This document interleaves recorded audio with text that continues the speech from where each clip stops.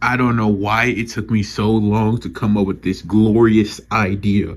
But what if Itadori Yuji had the eight inner gates is something that I didn't even realize how perfect it would truly be if I did it. So what are the eight inner gates?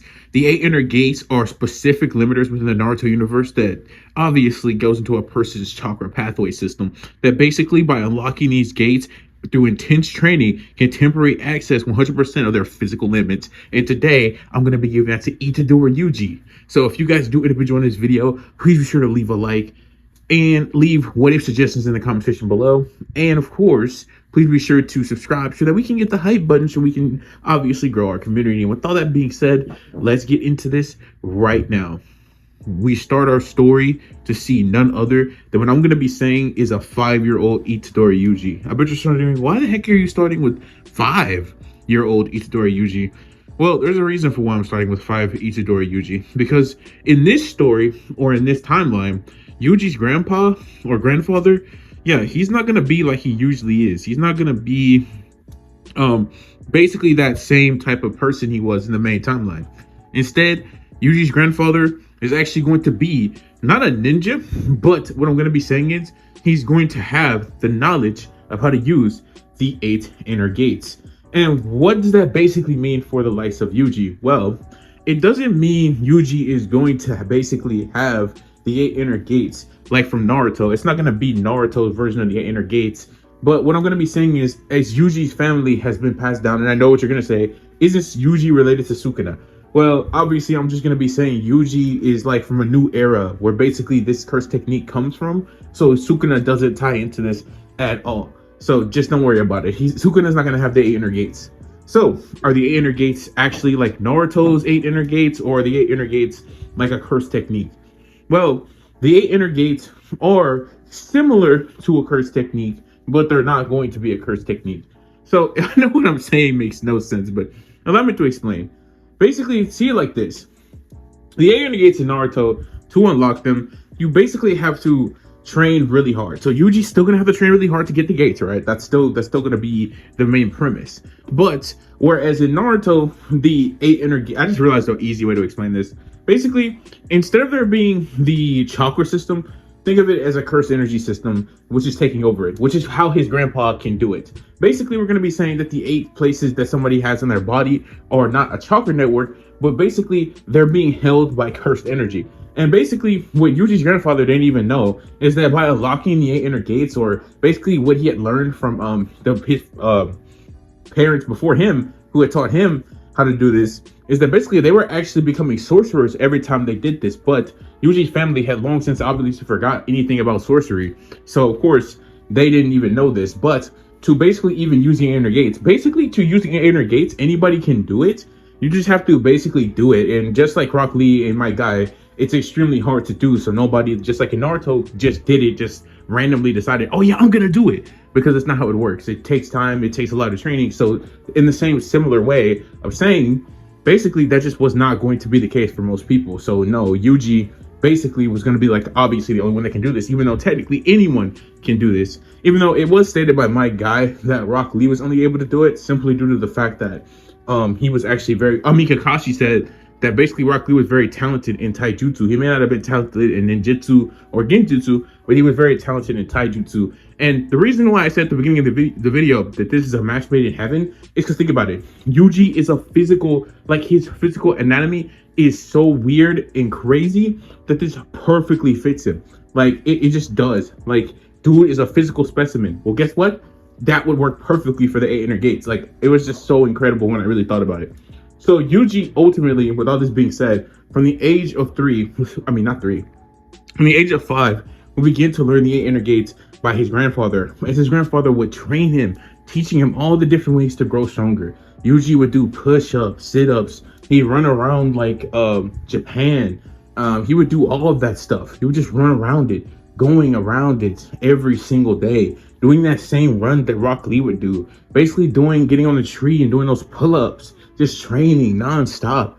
people at school would just see Yuji was different than they were. Like, this guy was built, like, he was just getting bigger and bigger every day. Not bigger, but you could just see it, like, underneath his clothes. Like, most kids, they have like a really straight, narrow stomach, like, like, because they're regular. Well, Yuji wasn't regular. And although Yuji was regular in the main timeline, it was just a physical specimen. Not in this timeline. His grandfather was putting that physical specimen prowess that Yuji had to good work. This dude Yuji is sitting up here like he has a six-pack already. He's only 6. I'm gonna be saying a year's past. He's a six-pack. He's only 6. The dude is continuing to keep training too, so don't worry. This dude is doing everything you can imagine.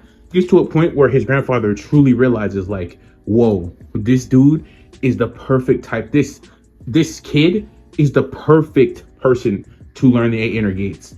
And so after about 3 years of this non-stop training, Yuji would finally be able to use some of like the attacks you might imagine that these users of the 8 inner gates would slowly start to learn. He would teach Yuji all these different types of attacks, like dynamic entry, leaf whirlwind, leaf hurricane, leaf rising wind. Those attacks. The attacks that Rock Lee, my guy, use. They're just like physical attacks. They're not ninjutsu, not genjutsu, nothing too crazy because that stuff doesn't exist here. It's a cursed energy system. Again, so basically with all that training going into it, and basically Yuji would learn more and more. He would learn about the hidden lotus and all that stuff. He'd even learn about the hidden reverse lotus. But of course, Yuji couldn't do that until he got to the third gate. But basically, Yuji is just learning more and more about basically all his abilities, and he's just really happy to be able to learn. So as he gets stronger and stronger, it'll just become more clear and clear that this guy was just going to be a monster when he got older. And honestly, his grandfather was just happy that he was able to pass it on down to Yuji, but he doesn't really know what Yuji's going to do with it. But he was a prodigy among prodigies, as basically the only thing that his grandfather and most of the people in Yuji's family up to this point had used the 8 inner gates for was just simply to pass down the lineage after they figured it out. They were like, oh my god, this is so cool. And basically they would just keep passing it down and down and down, but ultimately with not any real purpose. But Yuji's grandfather, seeing how skilled Yuji was, he would wonder if there really was a purpose out there for him to use this with.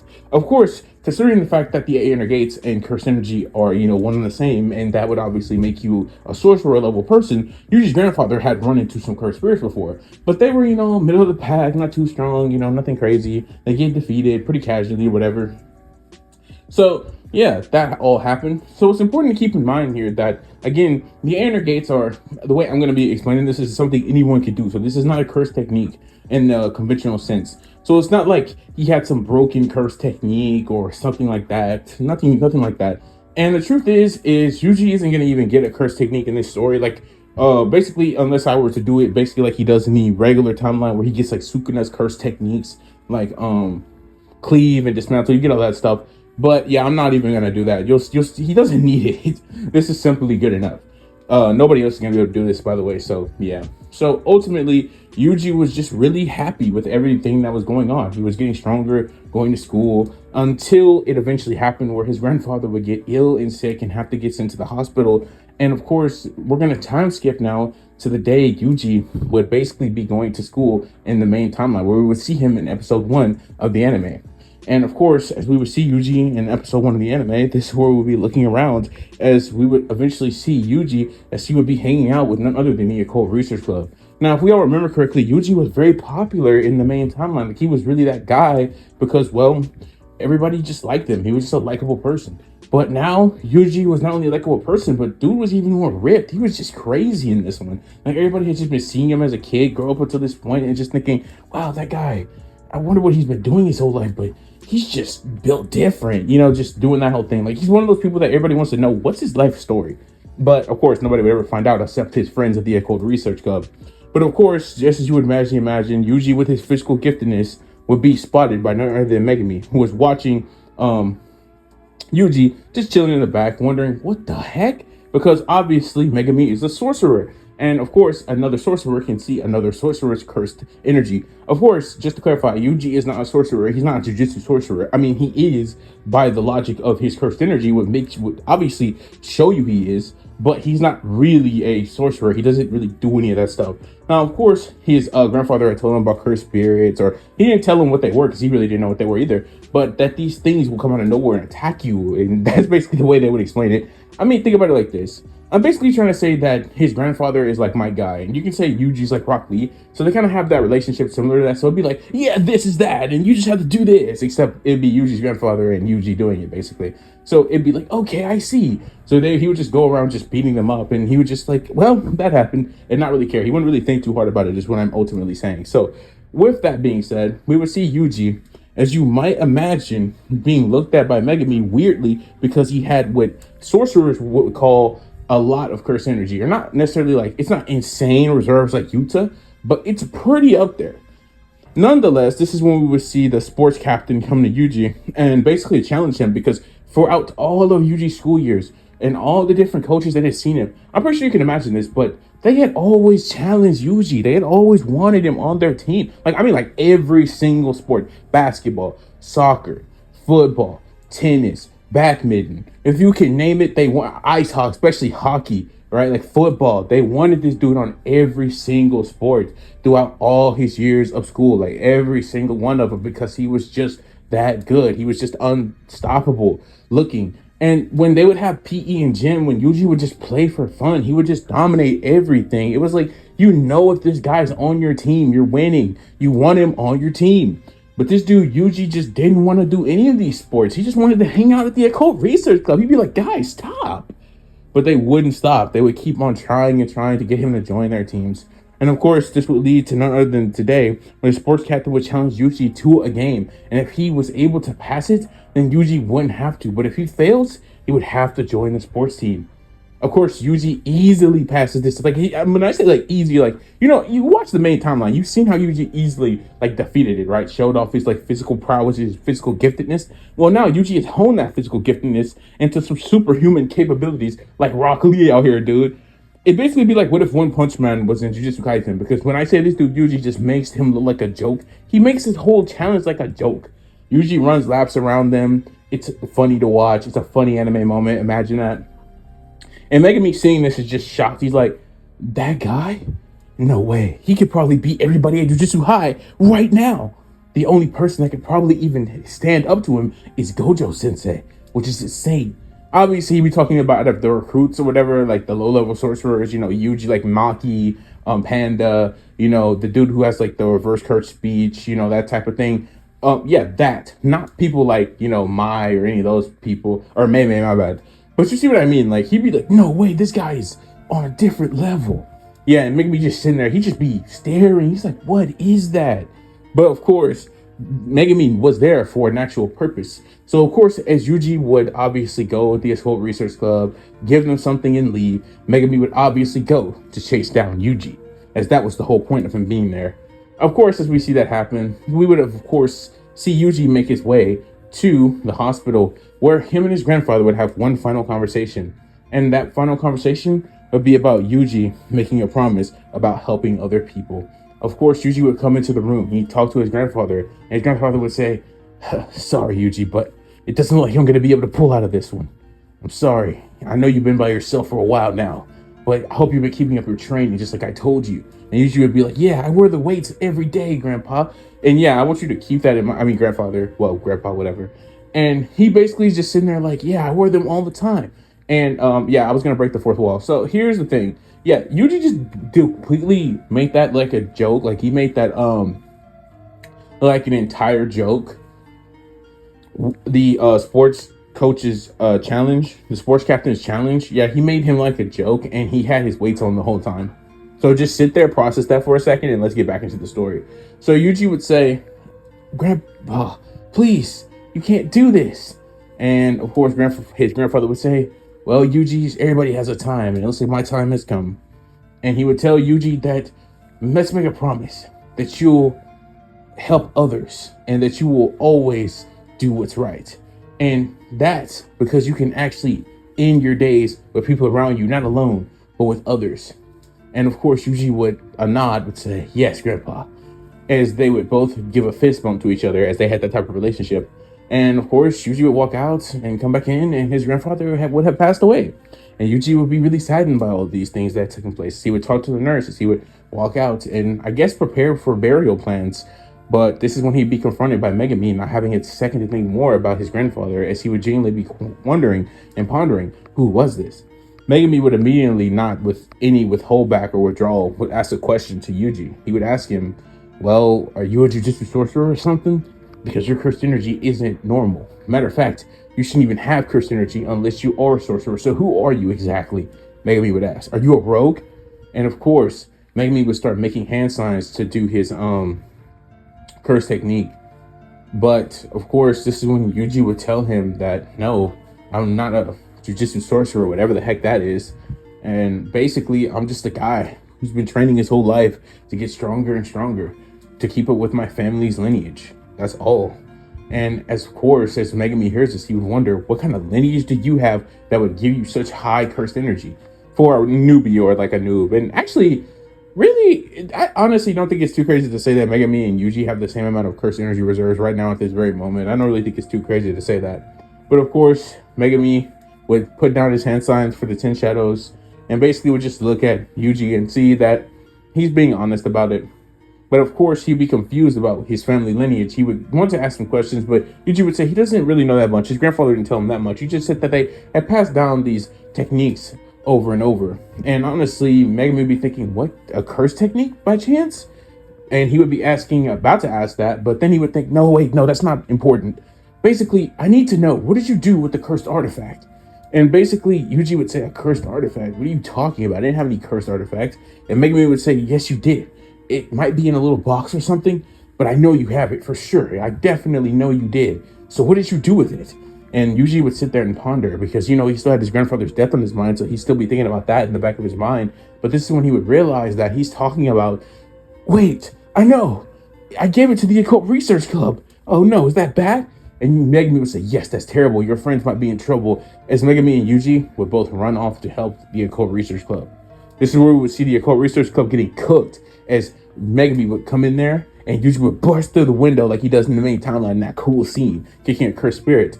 And obviously, since Yuji has cursed energy and is well trained and very powerful, the cursed spirits here get absolutely demolished. Like they get destroyed. Megumi with his 10 shadows. Yuji's just too powerful. He's out here throwing leaf hurricanes, just going insane with it.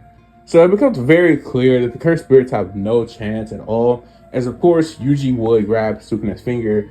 And honestly, I debated in my script if I should even actually give Yuji like the Sukuna thing. It really doesn't matter. So I decided against even letting Sukuna even be within Yuji. It literally solves no purpose. Nothing changes. Nothing happens. All that you're going to see is Sukuna basically just complaining nonstop. And I just figured that's just something I might as well just leave it as a what if. So basically, Megumi, Yuji tag team defeat all of the cursed spirits. And once they defeat all of them, basically we'd see Yuji as he would grab the finger and basically gets handed over to Megumi. And obviously he'd tell the Occult Research Club everything's okay, as they would look at Yuji and think, whoa, you're so awesome. As they would ultimately leave being afraid of basically everything just transpired and happened to them. Once this happened, this is where we would see Gojo show up as Megumi would begin to debrief him on basically all the events that just took place. As Gojo would just be staring at the likes of Yuji, who'd just be sitting there thinking, I wonder who this guy is and where did he even just come from? As Gojo would just walk off from Megumi as he was explaining stuff to him, as this is when Megumi would facepalm thinking, this guy right here. As Gojo began to ask Yuji a ton of different questions that Megumi had actually been basically telling him before he had even just walked off because he just really wanted to hear it from Yuji himself. As Yuji would tell him that, well, I gave those guys in the Occult Research Club, well, not those guys because they were gone by this point, but he gave them this special cursed artifact that he didn't even know what that was at the time. And basically Gojo would hear this and be going like, yes, yes. As basically this is where we would see Yuji going like, are you even listening to what I'm saying? And Gojo would say, yeah, I'm listening, but honestly, I don't really care. Hey, do you want to join Jujutsu High? You'd be a great addition, he would ask with a smile. As Yuji would say, join Jujutsu High? Could I actually do something like that? And Gojo would say, yeah, sure you can. I'm sure it would be a big problem. I mean, you have cursed energy and you clearly know how to use it, so you should join.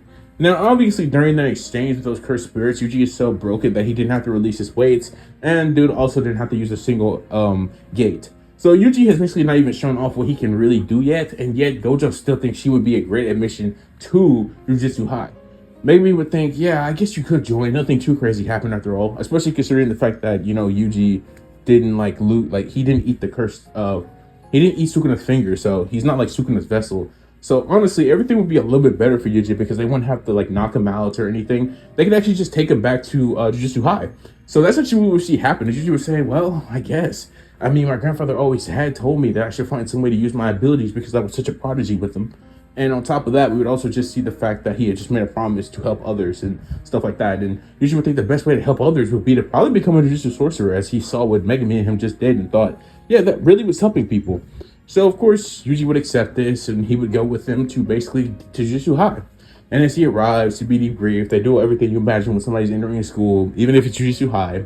And basically we would see Yuji as he would be shown his room by Megumi. And Megumi and him would talk. Megumi would tell Yuji that, well, you're pretty impressive, but I'm going to work hard to keep up with you, if not surpass you. Because Megumi would obviously realize that him and Yuji are kind of in the same ballpark.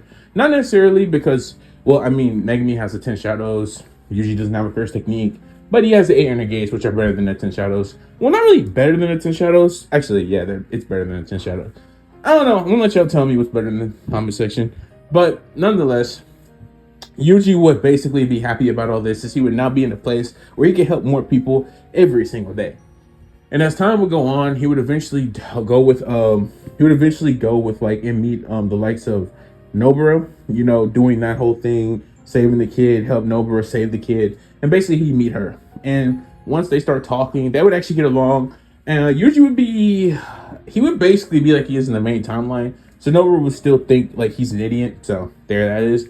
Nothing too crazy. She noticed that he's really strong and not like a noob or a bum, but she would also know he's still an idiot, which is kind of the main takeaway that she's getting from this guy. So with that being said, this all happens like you would probably imagine. And they would learn about the Jujutsu Society and they would do that and execution and stuff, but that's about it. And as we do a time skip, it would get to none other than the detention center arc, where we would get them getting explained about the cursed spirit rankings. So basically, we would basically see them walk in. I love how I just repeated myself. As they walk in, Nobara would not get separated or teleported like she does in the main timeline, because Yuji is fast enough to react to stop that from happening. And as the three of them keep going forward, they would basically be approached by those other cursed spirits who get easily defeated. But this is where we then see them run into none other than the special grade curse, which is where things get really bad. So the special grade curse, as you know, is usually the part of the story where this is a check for Yuji. As in the main timeline, Yuji usually dies here. This is where his end comes. But here, this would not be the case at all.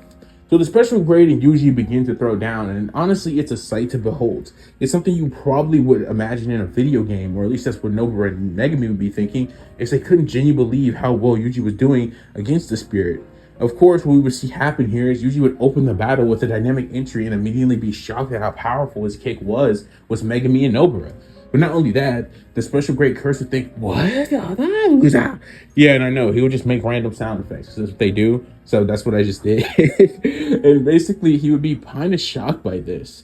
And the special grade would go to attack Yuji. He would try to hit him as hard as he could. But Yuji would duck and weave. It would get to a point where this battle was going on for about 5 minutes with nobody being the clear victor here, as punches and kicks were being thrown against the two of them like crazy, with Megumi and Nobara thinking if they helped, things would be a lot better. So they would go to do so. And as the three of them worked together to take on the special grade, this is when Yuji would quickly realize something, that with Nobara and Megumi here, they're slowing him down now they're helping. You can't go in every time because, well, we see Megumi send his 10 shadows technique towards the likes of the special grade, which special grade really wouldn't care about. And Nobara's nails wouldn't really matter either, her resonance, whatever. So Yuji seeing this would be like, yeah, that's cool, guys, but I can handle this myself. I really haven't even going all out. With Nobara, Megumi, and even the special great curse going like in, well, his, head thinking like, huh? What's up with that? And Megumi and Nobara would be like, no way. You're telling me you can actually go and turn it up a notch? And Yuji would say, yeah, of course. And that's when Megumi would have a flashback to basically when he was talking to Yuji that day before they went to go help the Echo Research Club. And he would think, he did say something was passed down in his family. Yeah, that's right. I never got to ask you. Was it a curse tech? And that's when you would say, so you guys gonna get out of here or what?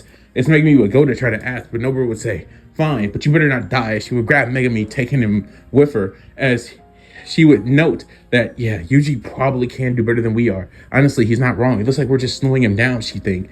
So at that very instance, Yuji would turn to the special grade with a smirk on his face. The special grade would start to laugh, thinking, making sounds or whatever. So with that being said, the special grade would get hit with a leaf whirlwind and he'd think, ugh. As Yuji was really just like that, he was out here just kicking and punching this guy.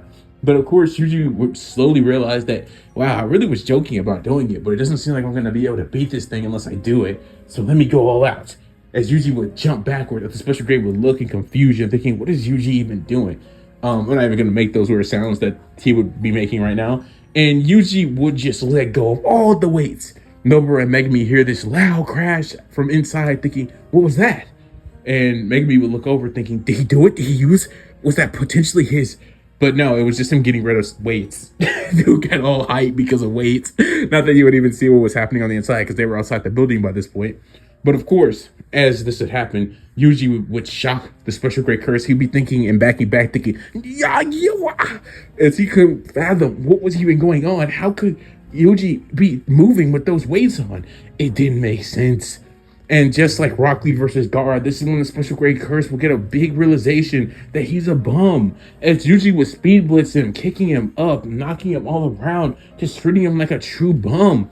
Not really being able to react at all, as Yuji would use his cursed energy to increase his attacks like his grandfather had taught him, bearing his punches with cursed energy reinforcement, just destroying him at this point. He would use a leaf whirlwind, leaf hurricane, leaf rising wind, dancing leaf shadow, until it was just basically too much for him to handle.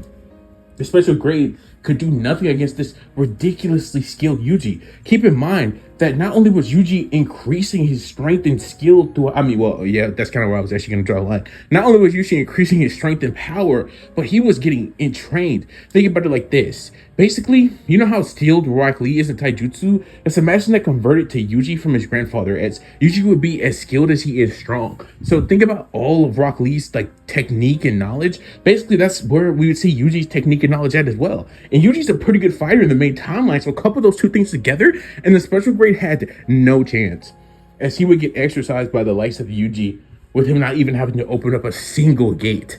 Yeah, I know it might sound a little crazy, like maybe Yuji's a little strong, like maybe I should have made him open the first gate, but here's the thing. Rock Lee was a taijutsu in terms of potential.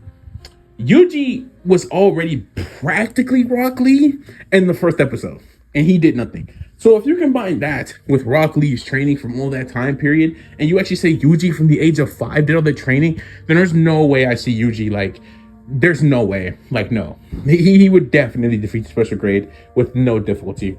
And as Yuji would exercise this curse, he would take Sukuna's other finger that would pop out of him, and he would take it to Megumi and Nobara, who would be sitting out there waiting, and they would ask him, Did you actually do it? As Yuji would already have put his weights back on and, hit them under his, jackets and, his pants and stuff.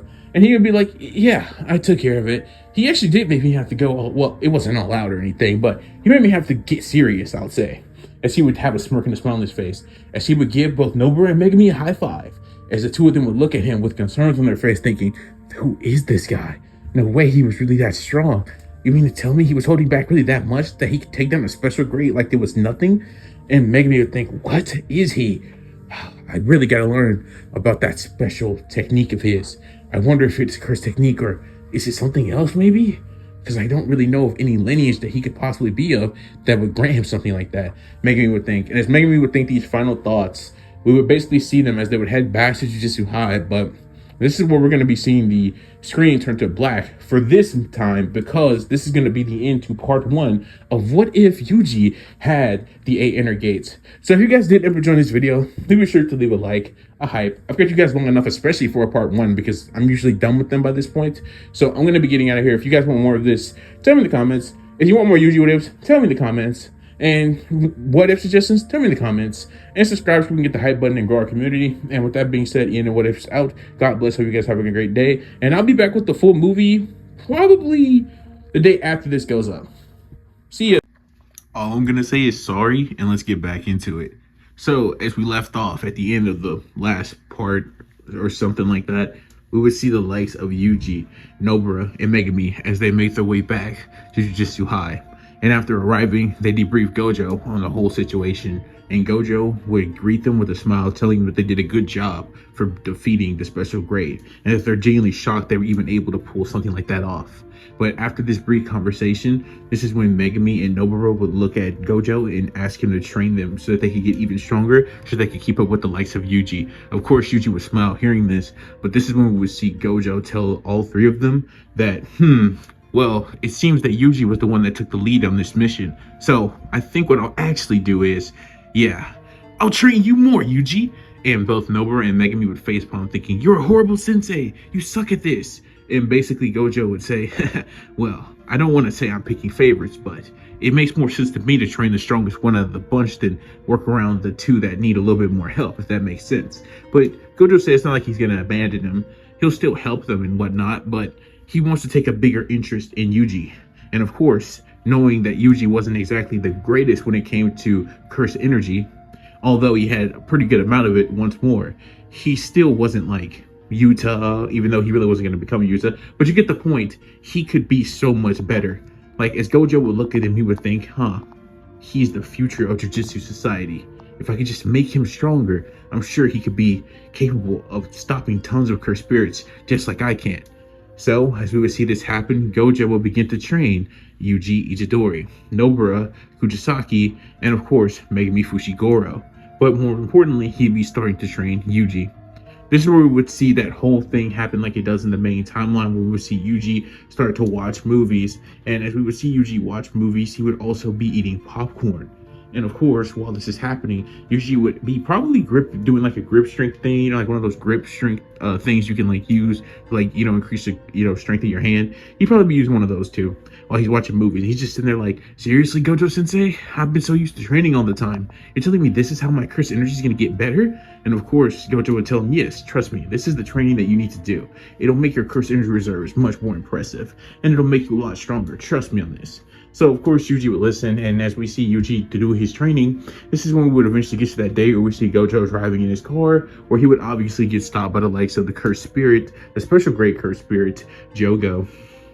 And as we see this happens, this is when we would see Jogo none other than attack Gojo. And as you probably would imagine, Gojo and Jogo would have their battle that you see in canon. It would be pretty cool. It would happen, and that would look cool for a while, until Gojo realized that this would be a great learning opportunity for the likes of Yuji Itadori if he was able to get into this battle. But more importantly, he was curious. He thought, yeah, sure, if I get Yuji into this battle, I might be able to see not only if he's up to the task of taking down a special grade curse like this one, but more importantly, I might be able to learn more about his capabilities and his abilities. According to Megumi, they heard some large thunder crash in the building when they walked out. Yeah, that sounds a little weird. I definitely want to see what Yuji's capable of.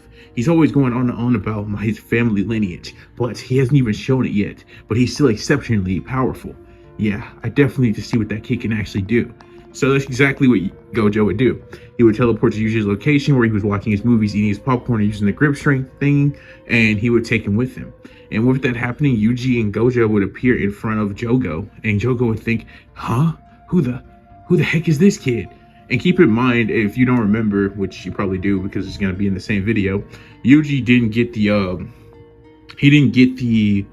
he didn't get Sukuna's finger, so he's not going to have Sukuna. So Jogo in this instance actually has no idea who this is. He has no clue who Yuji is because he did get the finger, so he doesn't care. He's not Sukuna's vessel, so yeah, he doesn't care.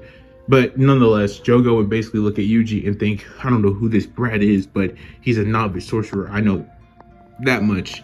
And while Yuji's staring at him, he would look back at Gojo and say, "Hey, who the heck is this? And why did you bring me to him, Gojo Sensei?" And this is when Gojo would obviously tell Yuji that I have a proposition for you.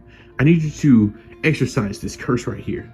And Yuji would have his eyes agape as they would get bigger, as he would say, "Really? You want me to exercise them? Why didn't you do it? You're capable of doing it," he would say. And that's when Gojo would start to laugh at the absurdity of Yuji's question. And basically he would tell him, "Well, because I wanted to see if you could do it. But not only that, I wanted to gauge your abilities. I wanted to see what you're actually capable of. This guy right here should be a special grade, so it's going to be on the same level as the one you fought in the detention center, but he should be a lot stronger." And basically Yuji would turn back to him and say, "Seriously? He looks totally lame." And this is when Jogo would say, "What did you just say to me? I'm a special grade curse." and I'm gonna show you what I can do. But more importantly, Gojo, what do you think this is? Is this some type of joke or something? I came here to test your skills. I came here to challenge you, not this random brat. And of course, Yuji would get mad hearing this and think, I'm not a random brat, and I'm more than capable of taking you down, Yuji would say. Of course, this is when Yuji would agree to Gojo's offer of taking down Jogo and exercising him. And this is when Jogo would obviously engage with Yuji as well, as the two of them would begin to clash. And just as you would probably imagine, this battle would definitely not be going in Yuji's favor to start. For starters, Jogo should be not only a little bit faster than Yuji, but you got to remember that Yuji still has his weights on at this very moment in time, so he's not moving at full speed. And not only that, Yuji is going to have to deal with the fact that Jogo has his flame attacks that he can make through his volcanoes and stuff. So to start the battle off straight up, Yuji's actually on the losing side of one of these fights for once. And as we would see this fight going on for about 5 to 10 minutes, Gojo was actually unimpressed. He'd be thinking to himself, how the heck was Yuji able to beat the special grade in the detention center when he's not really doing that well here at all? But of course, this is when Yuji would say, I guess I have no choice, as he would jump back doing the same thing he did against the detention center special grade cursed spirit. He would take his weights off, and as you would see Yuji throw these off, it would be large studs, but not nearly as large as the ones in the detention center because Yuji just didn't launch them. They just kind of fell off like, Rock Lee did, but he's not on some like pole or some large thing, so it's not going to be that huge. But yeah, it's a pretty sizable crater. You can definitely tell they have some weight to them. And Jogo and Gojo at that very moment think, what? You mean to tell me that he was fighting that whole time with those weights on? That seems before Gojo and Jogo can even finish their inner thoughts, this is when Yuji was off. He was going towards Jogo, and in a burst of using cursed energy reinforcement on his arm and his hand, along with punching Jogo right in the stomach, he sends him flying into the trees that were in the background. Keep in mind they were fighting on like that mountainside place, that they were like Gojo and where Jogo attacked Gojo in the car this whole time. So he just threw him into the forest. And basically this is where Yuji would then speed down there, and of course Gojo would just teleport to all around just to watch the fight. And as we would see this happen, Jogo would get up after he gets knocked like 7 trees and thinks, what? How the heck is he so? But this is when Yuji would be right in front of him, as he would kick him in the face and then punch him in the face, dealing damage, just trying to, damage Jogo as much as he can. And of course, this is when we would see Jogo get through more and more trees as he's genuinely starting to wonder, who the heck is this kid? He thought he was a novice sorcerer, but it doesn't seem like it to him. And just as you would probably imagine, this is where we would see Yuji appear behind Jogo as he would hit him with the Leaf Hurricane. And it would knock Jogo almost straight up out as he gets swung into the ground, creating this giant crater. Gojo could do nothing more than just be astonished by Yuji's speed and strength and power. How was he this capable? How did he do this? How did he turn himself into this monster, he'd be thinking? Really? Weights? Not to mention the fact that he was sitting and watching movies with those weights on that whole time. It's just inconceivable, Gojo would think. And of course, as you would probably imagine, Jogo would be sitting there thinking the same thing. Despite Jogo's curse technique, it was practically useless against Yuji at this point because he wasn't fast enough to hit Yuji with it in the first place. And now he's just getting hit with cursed energy punches over and over again. It was just a pathetic display from Jogo at this point. Jogo would start to think that the only way he might actually get out of here without getting exercised is if he would do nothing more than activate his domain expansion. But this is when Yuji would realize that he shouldn't hold back on Jogo, not even for a second, because there's a chance that he could die here. You could say Yuji has some type of instinct about this or something like that to basically propel him to just say, it's better if I just exercise the curse now instead of holding back on it even a little bit. So that's exactly what Yuji would do. And for the first time in this what if, Yuji would do it. He would activate the Gate of Opening, which is located in the brain, and it removes the brain's inhibition of muscles, allowing the user to access 100% of their physical strength, in case you didn't actually know what it did. But yeah, that's what the Gate of Opening does. And basically, he would unleash that.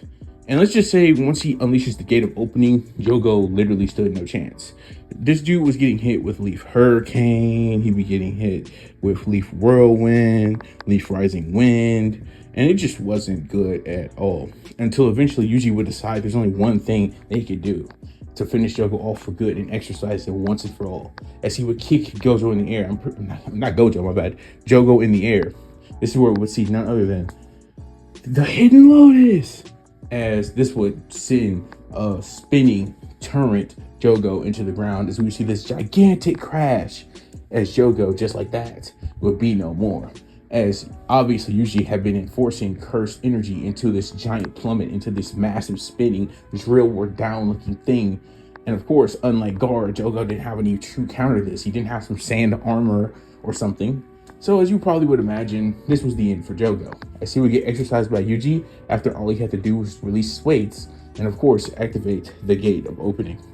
With this being said, Jogo didn't even get a chance to think about unleashing his domain expansion, and Gojo didn't even get a chance to teach Yuji about domain expansions. But nonetheless, Gojo would tell himself that he was just simply teach Yuji later.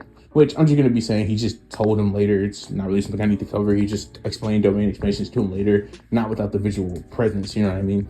So as Jogo is obviously exercised, which does not happen here in the main time, what does not happen in the main timeline, this is where we would see Kenjaku getting extremely upset at the fact that, well, one of his special grades had gotten one of his disaster curses, more like it, was, was exercised. He wouldn't have liked it one bit. He would really be upset about this, thinking, how could this happen? How? But as you probably would imagine, he could do nothing about it, as he would just have to accept it. And obviously, we would see none other than Hanami being very upset by this. But of course, there was nothing that she could do about it. Jogo was gone now. With that being said, this is where we wrap up the versus Jogo arc. I'm pretty sure that's what this arc is called. And with that being said, we now can move on to the next arc in the story. So after the finishing of that, this is where we would then see Gojo walk up to Yuji, as he was pretty much done, doing his training for the most part. And this is when we would see none other than Yuji and Nanami basically be sent to go to the theater to basically investigate to see some mutated humans that they would know at this point, but ultimately was done by the likes of Mahito.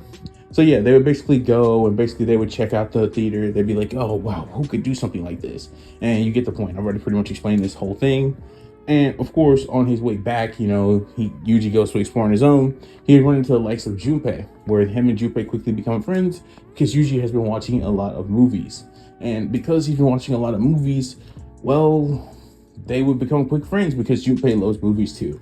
And of course, this would lead to Junpei inviting Yuji over to get some dinner with his mom, and Yuji would eat dinner with his mom, and Yuji would load the food that his mom cooks. And as Yuji would be sitting there, this is when we would see Yuji realize something out of the corner of his eye. He can notice it thanks to him having cursed energy. It would be none other than, wait, what? No way, Yuji would think. But of course, Yuji would continue eating his food, and on his way out in this one, he would grab the cursed artifact to make sure it didn't fall into A, the wrong hands, or B, attract any unwanted guests to Junpei and Junpei's mother's house. So with that being said, he would, obviously take whatever that was, and he would leave thanking them for the food. And Junpei's mother would say that she was happy that Junpei was able to bring him a friend, and that he even was able to get a friend in the first place, being very happy with Yuji, as Yuji would smile, nod, and walk off as well. Of course, this is where we would see none other than it be the cursed artifact of Sukuna's finger. And Yuji knows how dangerous these things are thanks to what it did to his friends at the Occult Research Club.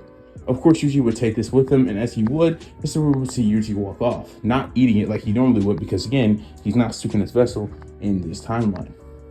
With this being said, as you would probably imagine, this pretty much brings the end to all of this. So, as we would see the next day happen for not Yuji, as we would change perspectives to that of Junpei, we would see Junpei as he would be getting ready to go to school. Not just getting ready, but, well, he would be on his way out. He would say goodbye to his mom, basically, and he would be on his way to school. And as he walks through the front door, he'd be shocked to see nobody was around. He'd be confused, wondering what was going on. Was it a special event or something today? And that's exactly when Junpei would clock it. He'd be like, oh yeah, it was an assembly today.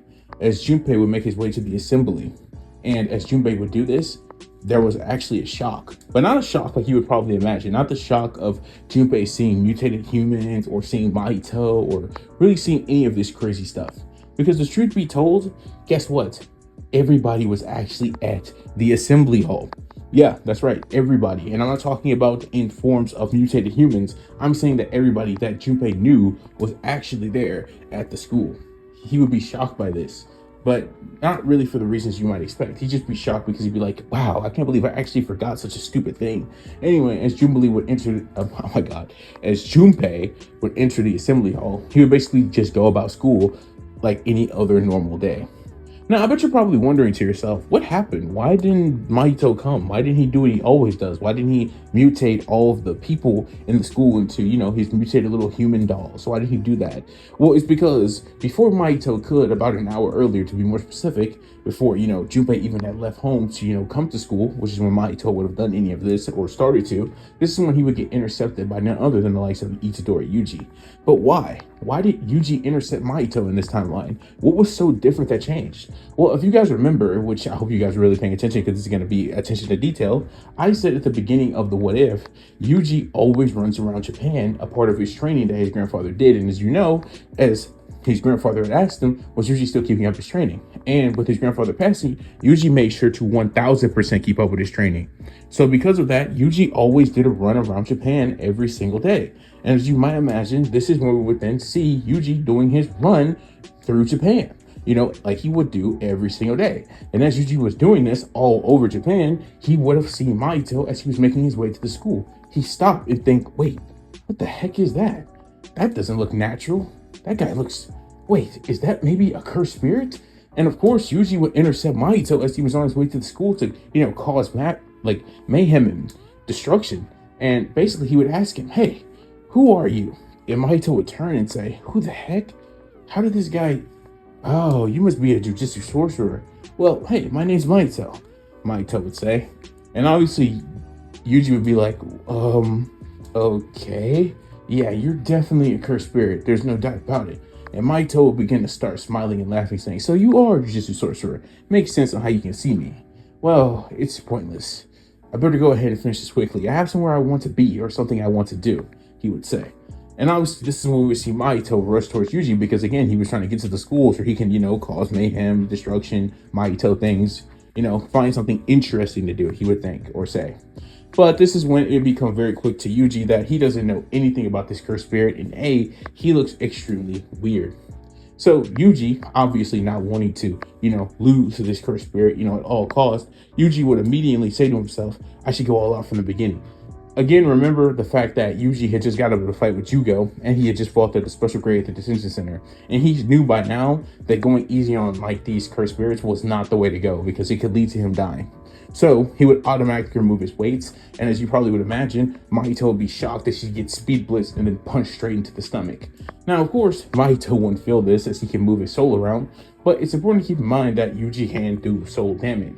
Not only that, Yuji is just blatantly faster than Mahito, so because of that, he can actually throw blows at him faster than Mahito can actually really do anything to stop him. And this is when we would see Mahito get hit with a dynamic entry as he would get kicked in the face, and he would actually feel that one thinking, what? How did I feel that? I guess he has the ability to attack the soul, and not only that, he's hitting me so fast that I can't move my soul around enough to avoid his attacks. Dang. This guy's a serious problem. I better get a hand on him so I can finish him as fast as possible, Mahito would think. Mahito would try and try and try, but Yuji was honestly way too skilled in close quarters. Mahito would contort and change his body as much as possible, but Yuji's martial arts and skill was just far beyond him. He couldn't even comprehend what Yuji was doing half the time, as Mahito would just get slammed and knocked all the way around time and time again. Now, to head stakes to this battle, it's very important to keep in mind that Yuji actually doesn't really have a counter to Mahito like he does in the main timeline. If Mahito actually does land a touch on Yuji, he's gonna die. But of course, Mahito, being the dumb person he is, would actually tell Yuji that if I get a single palm on you, in a brief talking section, this is over. And obviously, Yuji hearing that would think, oh, so it's very important that I don't let that happen. And honestly, hearing that, Yuji would want to make 100% sure that Mahito has no chance of doing that. So as you probably imagine, this is where we would then see Yuji for the second time in this What If activate the Gate of Opening. As again, if you don't know what the Gate of Opening does, it basically removes the inhibitor on your muscles and lets the user use 100% of their physical strength. So of course, with this happening, Yuji becomes like this unseen speed demon. Like he's way too fast. Mahito can't even register what's happening anymore. Like at first, it was just he was getting like I would guess you could say he was getting blitzed, but not now. He's getting like perception blitz. Like every blow is just too fast, and you see Yuji using Divergent Fist and then mixing Divergent Fist with none other than like his curse energy reinforcement, and he's just punching the crap out of Mahito over and over again. And Mahito's genuinely starting to get scared because he doesn't know how he's going to be able to land an attack on Yuji at this point. He's too fast, he's too strong, and he doesn't really know what to do. He's starting to get worried, he's starting to get confused. And as you might imagine, this is probably where you would imagine Mahito is probably about to awaken. But this is actually where we see a complete change in that, because the thing that usually forces Mahito to awaken is when he pushed into a corner, but not if he doesn't have the ability to do that in the first place. You see, you could argue Mahito is pushed back in the corner now, but he's in a one-on-one. In that situation, Yuji and Nanami were jumping him, and the reason that Nanami and Yuji weren't just straight up eliminating him was because they were jumping him, you know? It was just they were very confident in their ability to exercise Mahito at that instant, which gave him time to awaken.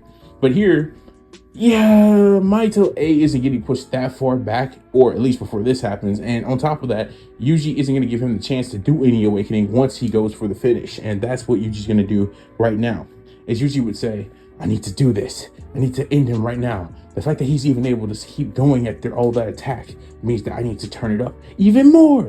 As this is where we see Yuji activate Gate of Healing, which obviously is also located in the brain, and it forces a temporary forceful reinnervation of the body, boosting physical capabilities and aiding in recovery. So Yuji just got pretty much right back to the way he was before this fight even started, which is insane because Yuji, again, was training before this. So on top of getting even stronger, Yuji just got pretty much reverted back to zero. And with that being said, he just starts mollywopping this dude Mahito. And Mahito's like, what? No, please. As he's just getting destroyed. But then, as you probably would imagine, this wouldn't even be the end because Yuji would say, no, I have no choice. He's still alive. Gate of life, open, as he located on the spinal cord. And it increases the blood flow and turns the user's skin red. This is where we see Yuji's face turn red as his hair turns up. And this is when Yuji could now activate the hidden lotus technique. You know, that whole thing. But you know what, you actually can't you can actually use the hidden lotus before this, as we already knew that. But this is like when you can use like the hidden reverse lotus, you know what I mean? But of course, this is where we see Yuji just be too much for Mahito at this point. This dude is just punching so fast, the air is shattering. I mean, he can already do that naturally, but I mean like every single blow. Mahito's like, no, please stop. As this dude's just basically about to become exercised. And as you might imagine, this is when we see Gate of Pain open.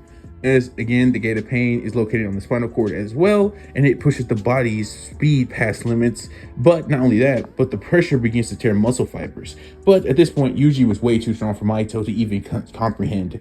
And as you probably would imagine, this is where we would see none other than, of course, the Hidden Lotus. But it will be the Reverse Lotus instead, which, if you don't know, is basically where the opponent basically rapidly strikes the opponent that's in the air at inhuman speeds before slamming them down for a powerful open-handed striking kick. And of course, that's when we would see the end of Mahito, as this would be enough to exercise him. And as you probably would imagine, after activating 4 gates, Yuji would be exhausted and tired. But luckily for him, thanks to all this massive commotion that was being caused, Nanami would appear on the scene and take Yuji back to Jujutsu High. Where this is where we would see the end to, I'm gonna just say, the versus Mahito arc. And again, Junpei's school, nothing bad happened to them, nothing bad happened to anyone there, and everybody lived. And Junpei also didn't join Jujutsu High because Yuji wasn't there to get him to join, and Junpei just continued to live a good life after this, pretty much. And with that being said, Mahito got exercised right here by Yuji. And Nanami and Yuji never jumped Mahito, so he never awakened. And Yuji, again, was not the vessel of Sukuna. So with all that story debrief happening, this is when we see Yuji go back to Jujutsu High, as he would get worked on for about a week. As of course, he would need to get healed back up. Because clearly, this was, you know, some crazy stuff that happened here. So as you might probably imagine, this would be pretty much the end for that arc. And this is where we would then see the next arc begin, with of course Kenjaku getting even angrier because Mahito was a big piece that he really needed to help him defeat the likes of Satoru Gojo. But of course, that plan had fallen through. And as you might imagine, this is where we would then see the arc where we would see Yuji and the rest of the Jujutsu High team as they would fight off against the Kyoto team. And of course, this would be the arc where we would see Todo for the first time, as Todo's team would obviously try to attack the likes of Yuji, helping him to try to defeat him, as they had heard of the prodigy Itadori Yuji and his ridiculously abnormal strength and speed and power, and how he had the special techniques. Of course, Megumi still had no idea what these special techniques were. He hadn't even seen them, but he had heard that Yuji had to use them against a special grade. He had also obviously heard that Yuji had basically exercised 3 special grades at this point, and everybody knew that Yuji was, of course, a special grade sorcerer. He was really that strong. Of course, this is where we would see a skip to Yuji versus Todo, which would be a legendary battle where the two of them would throw haymakers and punches and kicks at each other, just throwing the other one around as much as possible, as it would be a wonderful fight to see. Yuji wouldn't unleash his weights, as he wasn't trying to kill Todo. He was simply treating Todo as he was a training match. And Todo was enjoying the fight against Yuji and wasn't using his curse technique either, mainly because it wasn't going to be that useful here, and because he was enjoying the fight against Yuji. Of course, Todo would eventually ask Yuji the question of what was his favorite type of woman, and Yuji would respond with his normal answer, as we would see Hanami appear on, of course, Kenjaku's orders to destroy the likes of Itadori Yuji. And as we would see that happen, we would see that fight take place with him and Todo basically going up against the likes of Hanami, where eventually we would see Yuji be asked by Todo, "Have you ever had a black flash?" Which he would say, "No, what the heck is that?" As we would basically see the whole thing happen where Todo would be like, "Well, it does this and it's that." And basically your power increases by 2.5 if you land one, and you got to land one within like 60 seconds. And with that whole debrief happening, Yuji would of course go to land one. And of course, Hanami hearing all of this would know if Yuji was able to land a black flash, then based off the fact in his record right now of beating 3 special grade, curses, it probably wasn't going to end too well if, Yuji hit a black flash. But of course, because it's Itadori Yuji and he's even more physically capable in this timeline, this would be easy for Yuji, as he would land his signature black flash against the likes of Hanami, which then Todo would start to cry, as they would then go out and jump the likes of Hanami, with the Yuji basically stealing the show, shocking Todo as how impressed he was.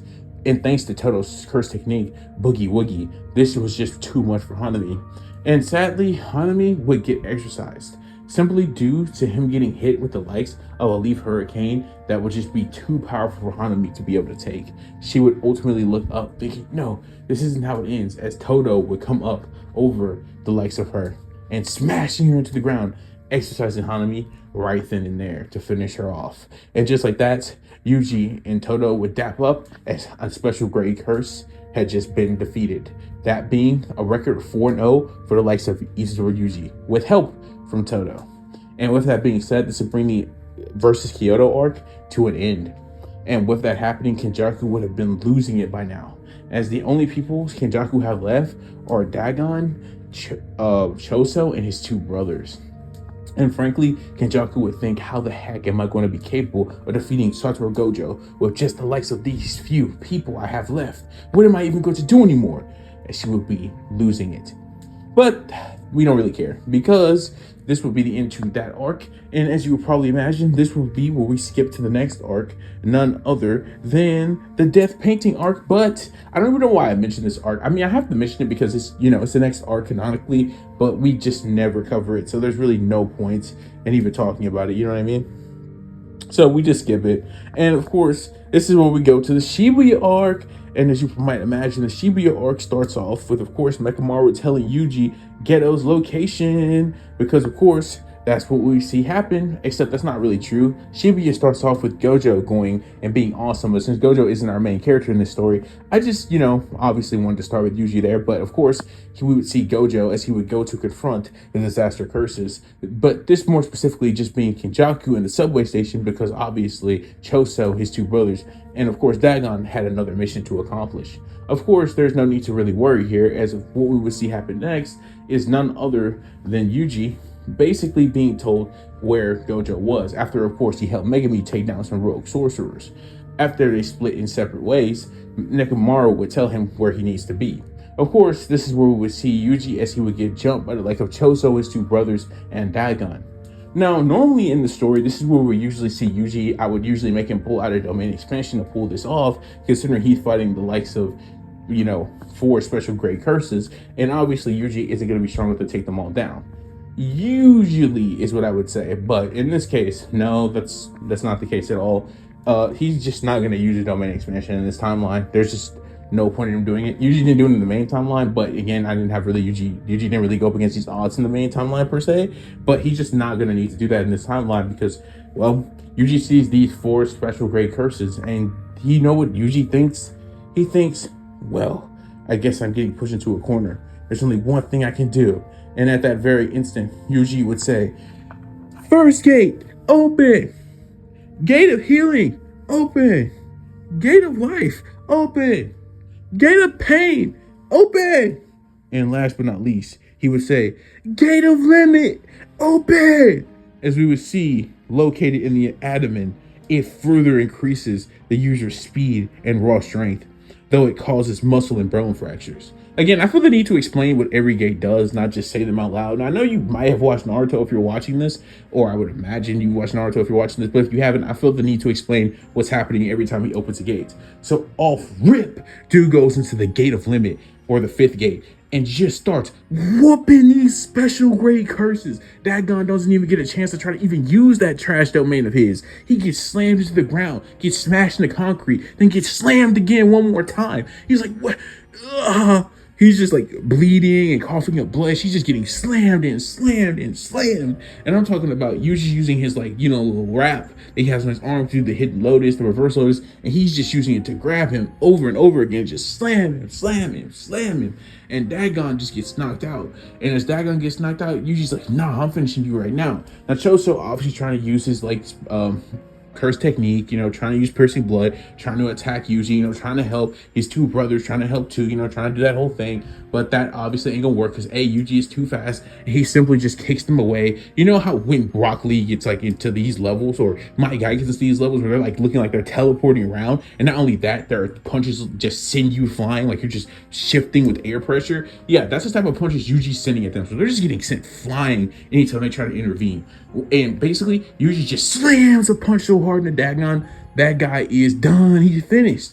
And remember that Yuji's gotten even stronger since he last defeated the likes of Hanami, thanks to Toto helping him learn how to do back flashes, and of course thanks to Gojo training him some more, and the death painting arc, which Yuji got even stronger in that arc, even though I skipped it.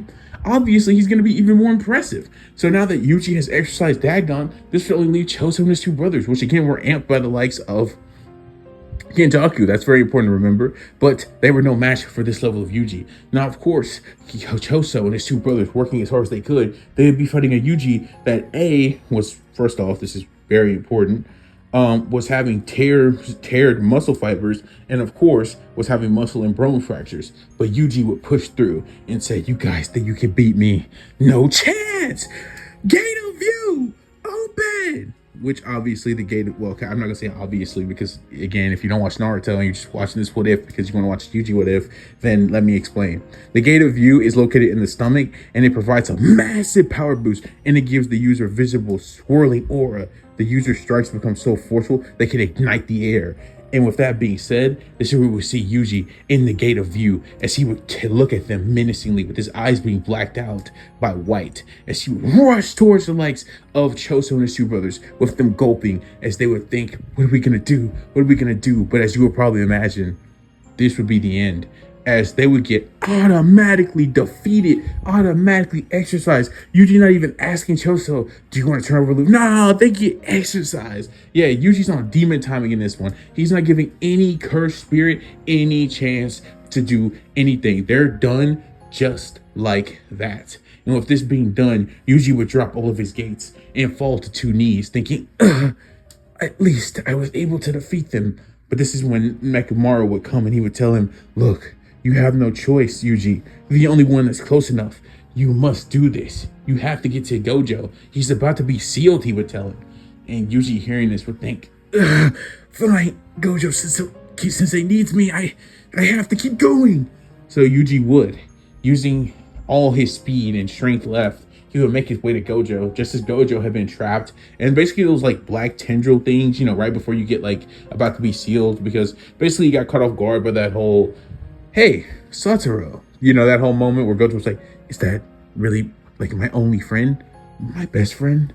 You know, that whole thing, and basically it works, and he's about to get like sealed. Well, this is when Yuji would appear and say, you know, he actually be doing that whole Rock Lee orb farming thing, like Rock Lee when he stands back up and everybody just turns around, they're looking at him like, what the, how, you know, like when in the Trinity after he fought Gara, and he was just standing like looking awesome, and he would have his hand out. You know, that's what Yuji's doing. He has his hand out like, stop right there. You're not going to do anything against my sensei. And obviously, this is where we would see the likes of Kenjaku look and be like, what? There's no way. How are you even still alive? You should be dead. I amped Dagon. I amped Choso. I amped him and his two brothers. Yet somehow you're still alive. Itadori Yuji. It makes no sense. Well, no matter. This will be your end. This will be your grave right here and then. And this is when Gojo would say, Yuji, get out of here. You're not in any condition to keep fighting. And this is when Yuji would look up and say, huh, I'll be this one to decide that, sensei. As we would see Yuji, as he would begin to do it once more. Gate of opening, open. Gate of healing, open. Gate of life, open. Gate of pain, open. Gate of limit, open. Gate of you, open. As he would open all 6 gates off rip. But, and I mean to tell you, I can't explain this hard enough. This dude, Kenjaku, is sweating. He's like, what the heck? And this is the first time Gojo's seen Yuji go this high with the gate. So he's like, what the? His skin turned red. What is going on? So this is the full power of Yuji's passed down family technique. And as you imagine, Yuji knows that he needs more to beat Kenjaku. He knows that if he hesitates even for a second, he'll finish him off. And Yuji knows that in his current condition, he might as well go all out. Now, of course, Yuji will not be using the Gate of Death. I'm not going to let Yuji die. I'm not doing that, so don't worry about it. Now, theoretically, if Yuji had, like, reverse curse technique, he could probably just heal himself from, you know, the Gate of Death. But honestly, as you probably would imagine, Kenjaku is not even worth the Gate of Death. He's no moderate level threat. He's kind of a bum. And considering we're not going to see Sukuna, you know, revive, who would actually probably be worthy of the Gate of Death, we're just going to go with the Gate of Wonder, open! Located below the abdomen, the immense power causes the user's sweat to vaporize, creating a glowing blue chakra cloak. This enables high-tier localized air pressure attacks like the Daytime Tiger, as Yuji would jump into the air using just that very technique, the Daytime Tiger, as he would fire it at the likes of Kenjaku, and Kenjaku would be looking, doing that whole thing where, you know, in anime where when they're looking at the incoming attack, they whoa, as it would overcome him. And just like that, Kenjaku would be instantly exorcised because it's not chakra, it's curse energy. And because this is a curse energy technique, and that's what's needed to destroy a cursed spirit, well, that's what the Daytime Tiger was composed of. Well, that and air, you know, pressure. With that being said, this would wrap up the completion to the Shibuya arc, as we would see Yuji on his last legs get Gojo out of those black tendrils. And just like that, Gojo would catch Yuji as he would fall over. He would say, Yuji, you did a splendid job. You truly are a special great level sorcerer. You are amazing. And of course he would say, I owe you a burger and some fries. As Gojo would take Yuji back to Jutsu High, as the Shibuya incident would be finished, and all the special grade, the disaster curses would be exercised. This is where we would do a final change of scenes. Here we see a 7-year time skip has taken place, as it took Yuji a whopping 8 months to recover from using that many gates. But after he was fully recovered, this is where we see Gojo be proud, and Megumi and Nobara feel good about the accomplishments that Yuji were able to do, thinking that's impressive. And they're really just happy for what Yuji was capable of doing, and just being pretty much just really supportive about the whole thing. Obviously, Yuji would fight Megumi. Yuji would obviously beat Megumi, and Megumi would learn of Yuji's lineage, which turned out to not even be a curse technique, but he was definitely intrigued by it. With this being said, Yuji would eventually go on to become a teacher along with the likes of Megumi and Nobara at Jujutsu High, as Gojo would eventually take over as well. The other leader, he had not passed, but he had stepped down, so he would obviously become the manager, not the manager, but the school head of Jujutsu High, the principal. I don't know why I was struggling to find that word. And with that being said, this is where we would see the final scene of this what if. As we would see Yuji as he was doing push-ups, as we would see Megumi come to talk to him and say, so, are you just gonna keep that up your whole life? You told me you've been doing that your whole life, so really? That's what you're gonna keep doing? Just training, training, training? Well, he would say with a smile on his face, that's not actually the case. I'm not planning on training my whole rest of my life, but it's important to keep in mind that I made a promise to my grandfather and I intend to keep it, he would say, with a smile on his face. And Megan would say, well, I guess you did do that. I guess you did. But you've been helping people this whole time by just being in Jujutsu High, you know, and becoming a teacher and teaching these lower sorcerers, these new recruits, a thing or two is definitely helping in my book. As Yuji would look to Megumi and say, yeah, I agree. If I wasn't doing this, then I don't think I would be keeping that promise or doing it justice. And of course, Megumi would say, no, I don't think you would, but you've been doing a pretty good job. As Megumi would go to help Yuji up off the ground, as again, he was doing push-ups. And this is where we would see Yuji take his hand. And just like that, Megumi would tell Yuji that, well, I guess you should know that now that you're done with your morning sets, now it's time to actually do some morning teaching. As basically this is where we would motion them to go back inside so that they can actually teach, the new recruits, a thing or two. And of course, Yuji with a smile on his face would say, yeah, I guess you're right. As he would look to the sky and say, grandfather, thank you for allowing me to learn these techniques. I was able to help everybody and stop the greatest disaster that this world might ever have known, thanks to you. And with that being said, Yuji would have a smile on his face as he would look up, feeling that his grandfather was looking over him. And with that being said, Yuji would be ushered by Megumi with a, come on, come on, come on. As he would hear the voices of Nobara and Gojo from the inside, not being able to see them, only seeing Megumi, as he would turn to go. And this is where we would see the screen fade to black. This would be the end to what if Yuji had the 8 inner gates, or if he had the 8 gates. And with that being said, guys, I hope you guys all did end up enjoying that what if. I know I sure did. I got a little too into it, maybe with the whole gates, screaming the gates out loud and stuff. But it's pretty cool stuff. With that being said, So yeah, sorry this took so long to come out. Yeah, with that being said, this is where I'm gonna get up out of here. Hope you guys have a good rest of your days.